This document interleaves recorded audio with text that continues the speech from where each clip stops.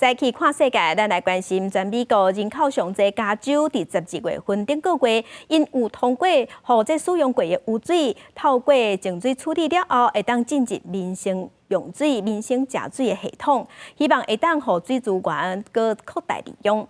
加州即嘛将做科罗拉多州了后，美国第2个甲富裕水净水化了后摕来啉的所在。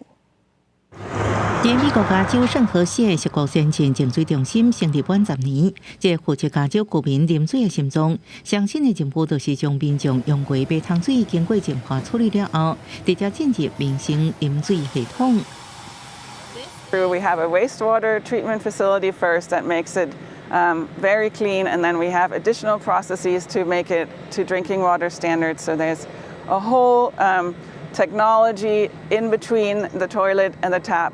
加州州政府推出将用过马桶水经过严格净化处理过程，中心阁增加民众的饮用水系统当中，包含送去一般的家庭、学校加店头。这项政策对加州这个负3900多万人口的全美国上大州来讲，增加饮水的来源，确实是行出重大一步。因为共款的计划伫1年前提出的时阵，引起迄时阵加州民众强烈反弹。不过，即马气候暖化严重，极端酷化甲暴雨，虽然加州已经宣布摆脱3年的酷化期，不过加州的用水安全愈来愈无稳定，这也改变加州的名气。 I mean, we live in California where the drought happens all the time, and with climate change, it will only get worse.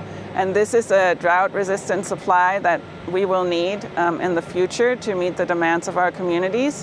事实上，加州针对水资源的在地上已用几十年的历史，范围也真大。比如用在打造小联盟冰球的球场，出设场地造势加农民的灌溉。不过，要将马桶水净化了后，正做用啉的水，就需要经过微控过滤、热渗透加紫外线消毒3大重要阶段。上主要就是消除废水当中的病原体甲病毒，同时也移除互水啉起来好啉的矿物质，最后搁加转去。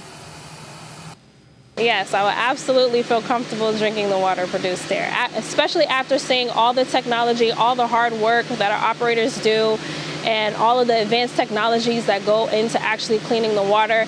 加州这项互废水用啉的做法，是为科罗拉多州了后，全美国第2个温存安尼做的州。不过，加州政府也规定，在正式实施进前，爱各地用户。圣荷西市政府也透过安排参观这个处理场。 互大家实地了解废水净化过程，来提悬信心甲接受度。公视新闻警员庆评析。